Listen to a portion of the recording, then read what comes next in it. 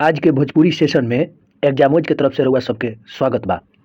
पहला क्वेश्चन कहता कि भारतीय संविधान में न्यायिक पुनर्वलोकन का सिद्धांत निम्नलिखित में से किस देश के संविधान से ग्रहण किया गया है या ग्रहण कइल गइल बा। कहाँ से लहल बा न्यायिक पुनर्वलोकन? तो ऑप्शन हो जाई संयुक्त राज्य अमेरिका से। संयुक्त राज्य अमेरिका से न्यायिक पुनर्वलोकन लहल बा और एकर स्पष्टता देखे के बा तो रउआ आर्टिकल 13 में 32 सूर्य में देख सकतानी। खासकर अगर इससे भी बढ़िया देखे के बा तो आर्टिकल 32 में और 226 में जो सुप्रीम कोर्ट और हाई कोर्ट रीट जारी करेला एकदम स्पष्ट हो जाई। क्वेश्चन नंबर 2 कहता कि निम्नलिखित में से किस अनुच्छेद के तहत राष्ट्रपति साहित्य, विज्ञान, कला और समाज सेवा से संबंधित व्यक्तियों को राज्यसभा में मनोनीत करते? मनोनीत माने नॉमिनेट करते। कौना आर्टिकल के तहत राष्ट्रपति करेले? तो ई अनुच्छेद के बात करें तो अनुच्छेद 80 के 3 हो जाई। ठीक बा। 12 सदस्य के ई मनोनीत करेले। आयरलैंड से लहल बा, इस चीज के ध्यान रखम लोगन। क्वेश्चन नंबर 3 कहता कि राष्ट्रपति किस वीटो के तहत किसी विधेयक को संसद के पास पुनर्विचार हेतु भेजता है? माने कहे का मतलब ई बा कि राष्ट्रपति कोनो वीटो के तहत कौना विधेयक के प्रयोग करके संसद के पास पुनर्विचार करे के लिए भेज देवेले? तो ई ऑप्शन हो जाई निलंबनकारी वीटो। आ जब वीटो के बारे में हमनी के देखत आनी सो तो वीटो राष्ट्रपति के पास 3 गो रहेला। एगो पूर्ण वीटो हो, दूसरा क्या कहल जाला पॉकेट वीटो और तीसरा निलंबनकारी वीटो। पूर्ण वीटो क्या हो? जब विधेयक पर राष्ट्रपति असहमति जता देले तो पूर्ण वीटो हो जाला। पॉकेट वीटो का हो? जब विधेयक अनिश्चित काल खतरा राष्ट्रपति कोनो जवाबे ना दी है तो पॉकेट वीटो हो जाला। ठीक बा। ज्ञानी जैल सिंह पहली बार 1986 में पॉकेट वीटो के प्रयोग कैले रहे, डाकघर अधिनियम जो आई रहे ओमे। अगला क्वेश्चन हमने के देखल जाई। कहता कि निम्नलिखित में से किस संविधान संशोधन के तहत मौलिक अधिकारों की संख्या 7 से 6 कर दी गई? 7 से 6 कर दल गई तो ई हो जाई 44वां संविधान संशोधन 1978 में। 1978 में 44वां संविधान संशोधन भइल। एमे संपत्ति के अधिकार के जो मौलिक अधिकार रहे ओकरा के कानूनी अधिकार बना दल गई। और ज़्यादातर वह सब देखे तो आर्टिकल 19 के एफ आ 31 के क के दोनों के हटा के 300 के क में जोड़ दल गई। यानी 300 के क के बात करें तो कानूनी सब अधिकार जैसे शुरू होला। अगला क्वेश्चन रउआ सब समझत होकर कि भोजपुरी सेशन काहे चलता। भोजपुरी सेशन पूरा देश विदेश में जब IPL हो सकता तो प्रैक्टिस सेट काहे ना हो सकेला? एकदम हो सकता। क्वेश्चन नंबर 5 कहता कि राष्ट्रपति के पद हेतु निम्नलिखित में से कौन सी अर्हताएं शामिल नहीं होती? माने राष्ट्रपति के पद खतरा कौन सा अर्हता शामिल ना होला? तो ऑप्शन हो जाई कि कम से कम 100 अनुमोदक हो। यानी 100 अनुमोदक, ई तो गलती न कहता जी। राष्ट्रपति के पद खतरा 50 गो अनुमोदक और 50 गो प्रस्तावक। अनुमोदक मतलब अप्रूवर आ प्रस्तावक मतलब प्रपोजल होला। तो 50-50 चाहिए। आ उपराष्ट्रपति खतरा 20-20 गो चाहिए। इस सब के भी ध्यान रखे के बाद क्वेश्चन नंबर 6 कहता कि निम्नलिखित में से किस प्रधानमंत्री के नेतृत्व में पहली बार लोकपाल विधेयक संसद में लाया गया? यानी कौन से प्रधानमंत्री ओकरा रहले कि लोकपाल विधेयक संसद में लावल गई? तो ऑप्शन के बात करें तो इंदिरा गांधी के नेतृत्व में 1968 में लोकपाल विधेयक लायल गई। आ एक श्रेय प्रशासनिक सुधार आयोग 1966 में दहल जाला, ओकरे सिफारिश पर लियली। आ हालांकि 1968 में जब लियली तो केवल लोकसभा से पारित भइल, राज्यसभा से पारित ना भइल। आ बहुत हुम जाप भइल, बहुत बार पारित भइल, लेकिन राज्यसभा से होकबे ना करे। तो 2013 में राज्यसभा लोकसभा दोनों से पारित हो गई। तब हमनी के पहला लोकपाल पिनाकी चंद्र घोष भइले जी हैं। और थोड़ा सा विस्तार से अगर बात करें तो दुनिया में लोकपाल विधेयक सबसे पहले स्वीडन में आई 1809 में। एक के ध्यान रखे के बाद क्वेश्चन नंबर 7 कहता कि निम्नलिखित में से कौन संसदीय शासन व्यवस्था की विशेषता नहीं है? यानी संसदीय शासन व्यवस्था जहां बा ओकर का विशेषता ना होला? तो ई जोन बा ऑप्शन सी निचले सदन का विघटन न होना। यानी निचला सदन मतलब लोकसभा आ उच्च सदन मतलब राज्यसभा। यानी लोकसभा का विघटन ना होला, केवल एक थोड़े हुई, दोनों चलेला। लोकसभा के बात करें तो आर्टिकल 81 में वर्णन कल गई बा। क्वेश्चन नंबर 8 कहता कि निम्नलिखित में से किसका वरीयता क्रम ऊपर है? माने में बहुत लोग के दोहल बा, आई में चूज करे के बा, समझे के बा कि पहले की आई। तो पहले आई है प्रधानमंत्री। ठीक बा। तो वरीयता क्रम जब देखल जाता तो ऐसे क्वेश्चन कुछ पूछेला। तो पहला वरीयता दहल जाला राष्ट्रपति के, 2 नंबर पर उपराष्ट्रपति, 3 नंबर पर प्रधानमंत्री, 4 नंबर पर राज्यपाल आवेले, 5 नंबर पर पूर्व राष्ट्रपति और 5 के क में उप प्रधानमंत्री। हालांकि सबसे लास्ट उप प्रधानमंत्री लाल कृष्ण अडवाणी भइले, ओकरा बाद केहू भइबे ना कइल। 6ठा नंबर पर चीफ जस्टिस इंडिया आवेले आ उमे लोकसभा स्पीकर भी। ओकरा बाद 7वां नंबर पर कैबिनेट मिशन और चीफ मिनिस्टर लोग आवेला, मुख्यमंत्री। ठीक बा। ये अपन एग्जामोज के लोगो बा। अगर अच्छा लगे तो के सेशन तो लाइक करें लोगन, सब्सक्राइब कमेंट करे के बा। अगला 9 नंबर क्वेश्चन कहता कि निम्नलिखित में से कौन सा प्रावधान 1947 के भारतीय स्वतंत्रता अधिनियम का एक हिस्सा था? माने भारतीय स्वतंत्रता अधिनियम 1947 में आई रहे ओकर कौन एगो हिस्सा रहुए तो ई रहुए ऑप्शन 1 भारत के 2 भागों में विभाजित किया जाएगा, यानी भारत के 2 भागों में बांटल जाई, ई बात कही गई रहे। हालांकि 18 जुलाई 1947 के सर सिरिल रेडक्लिफ एकरा के विभाजित कैले, लेकिन मुख्य तौर पर धरातल पर अगर बात करें 1947 के जो बा आज़ादी भइल 15 अगस्त के, लेकिन 17 अगस्त के 2 दिन के बाद बंटवारा भइल कि तहनी के हैपर से आ तहनी के हैपर से। ठीक बा, आगे क्वेश्चन नंबर 10 कहता कि मानव विकास सूचकांक की गणना किस आधार पर की जाती है। ठीक बा, तो मानव विकास के सूचकांक के गणना कौन आधार पर कइल जाला। ऑप्शन दोहल बा कि जन्म के समय जीवन प्रत्याशा तो सही बा, साक्षरता दर लिटरेसी रेट जना कहल जाला वो सही बा, प्रति व्यक्ति आय तीनों सही बा। ठीक बा, यानी 1 2 3 सब हो जाई। एक पृष्ठभूमि के अगर चर्चा कइल जाओ तो मानव विकास सूचकांक जारी करेला यूएनडीपी आ यूएनडीपी के स्थापना 1965 में आ पहली बार ये तब चर्चा में आ गई जब 1990 में ये जो बा मानव विकास सूचकांक जारी कैलस। वर्तमान में भारत के स्थान मानव विकास सूचकांक में अगर जाने करेंट के लिहाज से तो 132 स्थान बा। ठीक बा, ध्यान रखे के बा। क्वेश्चन नंबर 11 कहता कि बोत्सवाना की राजधानी कहाँ है, यानी बोत्सवाना की राजधानी कहाँ बा। ई क्वेश्चन कहता तो ऑप्शन हो जाई गेबोरोन, ई गेबोरोन में बा और अफ्रीका के ई गेबोरोन में पड़ेला, इस चीज का ध्यान रखे के बा। आगे क्वेश्चन नंबर 12 कहता कि निम्न में कौन से भू आवेष्टित देश नहीं है, यानी भू आवेष्टित देश नहीं खे लैंड लॉक कंट्री कहल जाला एकरा के। ठीक बा, चारों ओर से जे बा धरती से माने ताल्लुकात रखता पानी से समुद्र से ना, एकरे कहल जाला। तो ऑप्शन हो जाई का हो जाई तो निमीबिया, का हुई निमीबिया। तो निमीबिया अफ्रीका के दक्षिण पश्चिम तट पर यानी समुद्र के किनारे पड़ेला। आगे क्वेश्चन नंबर 13 कहता कि निम्न प्रमुख द्वीपों को उनके क्षेत्रफल के आधार पर घटते क्रम में दिया गया है, कौन सही करके बा। बहुत सारा द्वीप दहल बा ओमे घटते क्रम, एक मतलब सबसे पहले बड़का ओकरा बाद थोड़ा सा छोटका ओकरा बाद थोड़ा सा छोटका। ठीक बा, तो एंगे रउआ सब देखे तो ऑप्शन बी राइट आंसर हो जाई, यानी न्यू गिनी सबसे बड़का बा, ओकर बाद बोर्नियो बा, फिर मेडागास्कर बा, तो सुमात्रा। ठीक बा, ये सब हिंद महासागर में पड़ेला, एकरा के ध्यान रखे के बा। क्वेश्चन नंबर 14 कहता कि सेवराय की पहाड़ियां भारत के किस राज्य में स्थित है, माने सेवराय की पहाड़ियां कौना राज्य में बा तो तमिलनाडु में, कौना राज्य में बा तमिलनाडु में बा। और एक से बढ़िया क्वेश्चन पूछेला कि कोडाई कनाल पहाड़ी कहाँ बा तो तमिलनाडु में बा। ठीक बा, नीलगिरी की पहाड़ी कहाँ बा तो तमिलनाडु, केरल, कर्नाटक तीनों में रहेला, इस चीज के ध्यान रखे के बा। क्वेश्चन नंबर 15 कहता कि पालघाट दारा किन 2 राज्यों के बीच स्थित है, माने पालघाट दारा कौना 2 राज्य के बीच में बा हो, तो ई ऑप्शन हो जाई केरल और तमिलनाडु।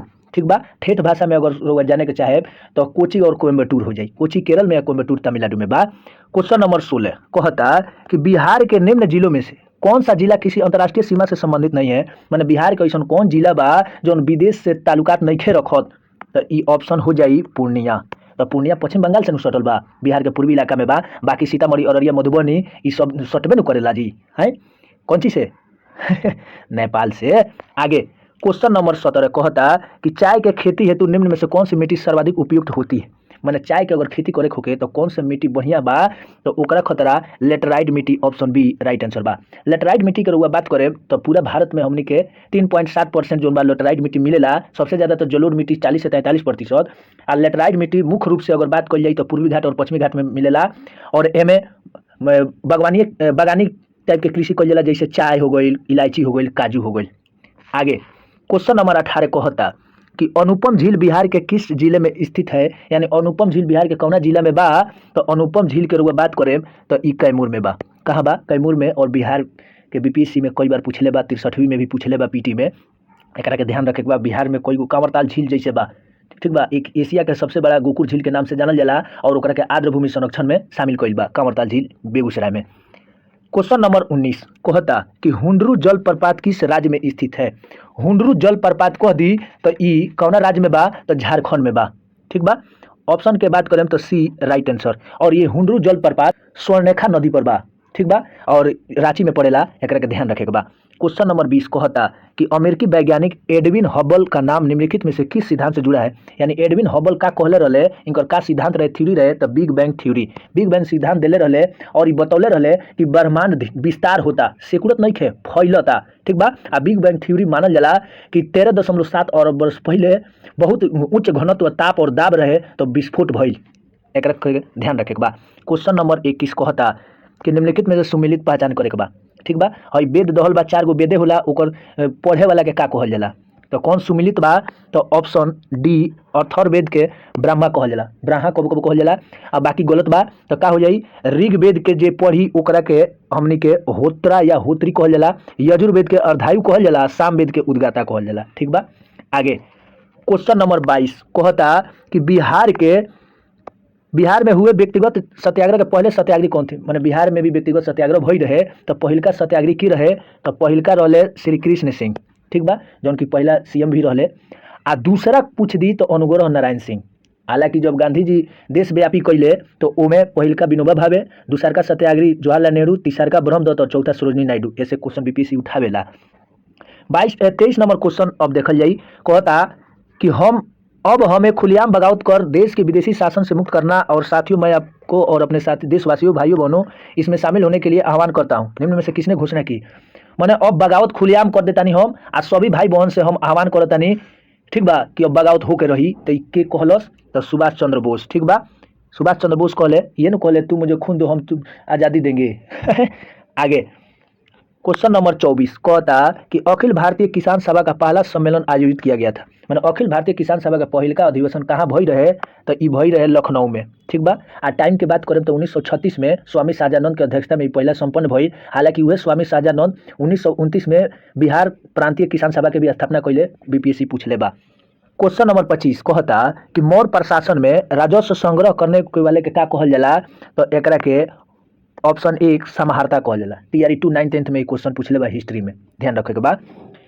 क्वेश्चन नंबर 26 कहता कि हरदयाल, बाबा हरिनाम सिंह, आ टुंडी लाट, बाबा सोहन सिंह भाखना और गुरुदत्त सिंह कौना एथी से जुड़े रहे लोग? तो गदर आंदोलन से। और वह गदर पार्टी जन के स्थापना 1913 में सेंट फ्रांसिस्को अमेरिका में कल गई रहे। गदर पार्टी के अध्यक्ष के बात करे तो लाला हृदयाल लाल रहले, सोहन सिंह भाखना महासचिव रहले, कोषाध्यक्ष काशीराम के बनावल गई रहे। क्वेश्चन नंबर 27 ठीक बा, कहता कि बी राघवाचारी द्वारा निम्नलिखित में कौन सा संगठन स्थापित किया गया? तो ये स्थापित कैले रहे मद्रास महाजन सभा। मद्रास महाजन सभा के स्थापना 1884 में भई रहे और पहला अध्यक्षता कैले रहे आर बालाजी राव। ठीक बा, और बी राघवाचारी एकरा के स्थापना कैले रहे। क्वेश्चन नंबर 28 कहता कि महात्मा गांधी द्वारा प्रथम मजदूर आंदोलन का समर्थन कब किया गया? तो ई ऑप्शन ए अहमदाबाद मिल आंदोलन। अहमदाबाद मिल आंदोलन फरवरी 1918 में गांधी द्वारा कल गई रहे और गांधी जी के पहला भूख हड़ताल रहे। ठीक बा, जन आंदोलन पहला कह देला तो चंपारण भई रहे 1917 में। एकरा के ध्यान रखे के बा। क्वेश्चन नंबर 29 कहता द ग्रीन पैम्पलेट किसके द्वारा प्रकाशित किया गया? तो ग्रीन पैम्पलेट प्रकाशित कैले रहे महात्मा गांधी। कब कैले रहे? 1896 में साउथ अफ्रीका में एगो पत्रिका रही। क्वेश्चन नंबर 30 कहता कि शारदा अधिनियम यानी शारदा एक्ट जो बा, लड़की के ब्याह के उम्र सीमा क्या रखी गई थी? मैंने लड़कियों के ब्याह के उम्र क्या रखल गई रहे? तो ऑप्शन हो जाई 14 बरस। ठीक बा, तो शारदा एक्ट 1929 में लॉर्ड इरविन के समय में आई रहे आ ओमे कहल गई कि लड़की के शादी करे के उम्र 14 बरस आ लड़का के 18 बरस। आ वही के अभी भी 4 वर्ष के गए बा, लड़की के 21 बा आ लड़का लोग के 25 बा। ठीक बा, हालांकि बहुत लोग पहले हो जाता आ बहुत लोग के 25 के बाद नहीं होता। आगे क्वेश्चन नंबर 31 कहता निम्न में से कथन चुने के बाद धमनी के बारे में कौन सा सही बा? तो कहता पहिल का कि शुद्ध रक्त हृदय से शरीर के विभिन्न भागों तक ले जाला, तो सही बा। आ धमनी के दीवार मोटी और लचीली होते, इहो सही बा। आ धमनी के दीवार पर रक्तचाप अधिक होला, माने बहुत प्रेशर मारेला, तो सही बा। ऑप्शन 1 2 3 सब सही बा। ठीक बा, तो क्वेश्चन नंबर 32 कहता कि डर्मेटाइटिस नामक रोग किस विटामिन के कमी के कारण होला? तो ई हो जाला विटामिन B3। विटामिन B3 के हमनी के नियासिन के नाम से जानल जाला और एकरे के पेलाग्रा नामक रोग हो जाला। ठीक बा, विटामिन B3 के कमी से पेलाग्रा नामक रोग हो जाला, एकरा के भी ध्यान रखे के बा। क्वेश्चन नंबर 33 कहता कि चुंबकीय क्षेत्र में धारावाही चालक पर लगने वाले बल की दिशा किस नियम से जानी जाती है? ठीक बा, तो ऑप्शन के बात करें तो फ्लेमिंग के वाम हस्त के नियम। ठीक बा, चुंबकीय क्षेत्र के धारावाही चालक पर लगने वाले बल की दिशा कौन नियम से जानल जाला? तो फ्लेमिंग के वाम हस्त के नियम, ध्यान रखेंगे। क्वेश्चन नंबर 34 कहता कि भार का मात्रक होता है, भार के मात्रक का होला? तो भार के मात्रक न्यूटने न होला। ठीक बा, तो भार के मात्रक न्यूटने होला, बल के मात्रक भी न्यूटन होला। 3-4 गो चीज ध्यान रखब लोगन, जौना के सेम होला। भार और बल सेम होला, कार्य और ऊर्जा के सेम होला, आयोग और संवेग के सेम होला। क्वेश्चन नंबर 35 कहता कि आरएनए और प्रोटीन बनने का कौन सा प्लांट हार्मोन उपयोगी है? तो ई हो जाई साइटोकाइनिन। साइटोकाइनिन ई ऑक्सिन हार्मोन के ही मौसेरा भाई हो का, वो शीर्ष पौधे के शीर्ष भाग के वृद्धि करे में सहायक करेला। ई हो तो क्वेश्चन नंबर 36 अगला देखल जाई, निम्नलिखित में से किसमें त्रिविमीय क्रिस्टल यानी 3D सिस्टम नहीं पाया जाता है। तो 3D ना पावल जाला तो ग्रेफाइट में। ठीक बा। तो क्वेश्चन पूछेला कि ग्रेफाइट में कौन से संरचना होला, तो चतुष्फल किए, आ हीरा में कह दी तो अष्टफल किए। एक के ध्यान रखे के बा। क्वेश्चन नंबर 37 कहता कि रेडियो सक्रिय तत्व बीटा किरणों का उत्सर्जन करता है, यानी रेडियो सक्रिय तत्व बीटा किरण उत्सर्जन होला नाभिक से, न्यूक्लियस से होला। एक के ध्यान रखे के बा। और एक से बढ़िया क्वेश्चन होला कि रेडियो सक्रिय जो भी तत्व बा और सारा प्रक्रिया के बाद उके में अपन त्याग करेले तो शीशा में। एक के ध्यान रखे के बा। क्वेश्चन नंबर 28, आवर्त सारणी के बाएं से दाएं जाने पर धातु गुण, यानी आवर्त सारणी के बाएं से दाएं जाए लोगन तो धातु गुण का हुई, तो ई घटी। का हुई? घटी, घटेला। क्वेश्चन नंबर 39 कहता कि वैद्युत संयोजन बंधन बनता। ठीक बा। वैद्युत संयोजन बनता यानी इलेक्ट्रो वायलेंट बॉन्ड इंग्लिश में कहल जाला। तो केकरा से बनेला? विपरीत आवेशित आयनों के बीच, विपरीत आवेशित यानी पॉजिटिव और नेगेटिव के बीच वैद्युत आवेश बनेला। क्वेश्चन नंबर 40 कहता कि अम्ल वह पदार्थ है, अम्ल कौन पदार्थ है जी? तो अम्ल उ पदार्थ होला जौन H+ देला। ठीक बा। तो बेस या क्षार का होला जौन OH- देला। ठीक बा। OH- दी तो बेस या क्षार हो जाए। क्वेश्चन नंबर 41 कहता कि अभिक्रिया के वेग निम्नलिखित में किस पर निर्भर नहीं करता, माने कोई अभिक्रिया के वेग के पर निर्भर ना करेला, तो ई अभिक्रिया के अणुकता पर ना करेला। ठीक बा। अभिक्रिया के अणुकता पर का करेला? ना करेला। अभिक्रिया के अणुकता के मतलब का बोल कि कोनो भी रासायनिक अभिक्रिया में कोई भी अभिकारक भाग लेला तो अणुओं के न्यूनतम जो संख्या हुई ओकरे के कहल जाला। आगे क्वेश्चन नंबर 42 कहता कि मनुष्यों में बौनापन किसके स्राव के कारण होता है, माने केकरा सेक्रेशन के कारण ही होला, तो ई होला थायरॉक्सिन हार्मोन। थायरॉक्सिन हार्मोन के सेक्रेशन से बौनापन के शिकार हो जाला। ठीक है। क्वेश्चन नंबर 43 कहता कि पाइरुवेट का पूर्ण ऑक्सीकरण कहाँ होता? तो पाइरुवेट का पूर्ण ऑक्सीकरण कहाँ होला? तो माइटोकॉन्ड्रिया में और माइटोकॉन्ड्रिया के इंट्रा मैट्रिक्स में। ठीक बा। माइटोकॉन्ड्रिया के इंट्रा मैट्रिक्स में ये पाइरुवेट का पूर्ण ऑक्सीकरण होला। ये बीपीएससी ऑडिटर में क्वेश्चन पूछ ले बा। क्वेश्चन नंबर 44 कहता कि वैसे अंग जो उद्भव दृष्टिकोण से एक दूसरे से भिन्न परंतु एक ही प्रकार के कार्य करते हैं उसको क्या कहते हैं? ठीक बा।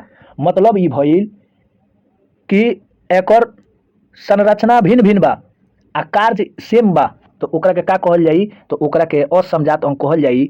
आ ओकरे के समरूप अंग भी कहल जाला। कभी कभी बीपीएससी भी पूछले बा।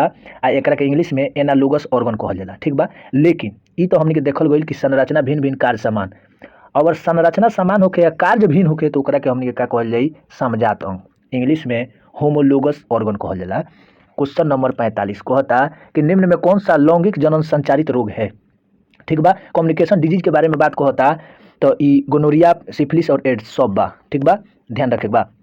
क्वेश्चन नंबर 46 कहता कि भीमा किसकी सहायक नदी है? भीमा किसकी सहायक नदी है? तो कृष्णा के, कृष्णा के सहायक नदी भीमा। तो एक साथ में हमने कृष्णा के और भी कुछ सहायक नदी जान जाइल जाओ जो इंपोर्टेंट होके, घाटप्रभा, मालप्रभा, तुंगभद्रा, मूसी, ये सब कृष्णा के सहायक नदी हो। क्वेश्चन नंबर 47 कहता कि निम्न में कौन सा शब्द फुटबॉल खेल से संबंधित है? ये शब्द दहल बा। कहता कि फुटबॉल खेल से संबंधित बा तो सेंटर भी होला, स्ट्राइकर भी होला, टाई ब्रेकर भी होबे न करेला। तो तीनों सही बा, यानी ऑप्शन 1, 2, 3 सही बा। क्वेश्चन नंबर 48 कहता कि राजघाट निम्नलिखित में से किस व्यक्ति के समाधि स्थल है? तो राजघाट केकर समाधि स्थल हो? तो राजघाट महात्मा गांधी के हो। ठीक बा। राजघाट महात्मा गांधी के हो। आ बाकी ऑप्शन भी देख लहल जाई तो मोरारजी देसाई के अभय घाट के नाम से जानल जाई, चौधरी चरण के हम सिंह के जोन बा किसान घाट के नाम से जानल जाला, आ राजीव गांधी के वीर भूमि, चैत्रा भीमराव अम्बेडकर। आगे क्वेश्चन नंबर 49 कहता कि एस्किमो कहाँ के खानाबदोश शिकारी है? तो एस्किमो कहाँ के खानाबदोश शिकारी बाड़े सो? तो एकरा के कहल जाला ग्रीनलैंड। ठीक बा। ये ग्रीनलैंड ये डेनमार्क के अभी अधिपत्य में बा। ठीक बा। हालांकि अगर एथी मैप से देखल जाई तो उत्तरी अमेरिका के भाग हो। ठीक बा। यही जगह खानाबदोश के एस्किमो कहल जाला। आज के सेशन समाप्त हो गई। हमरा के दी अब रउआ लोगन इजाजत, तब तक ले ऐसे ही सिलसिला आवत रही।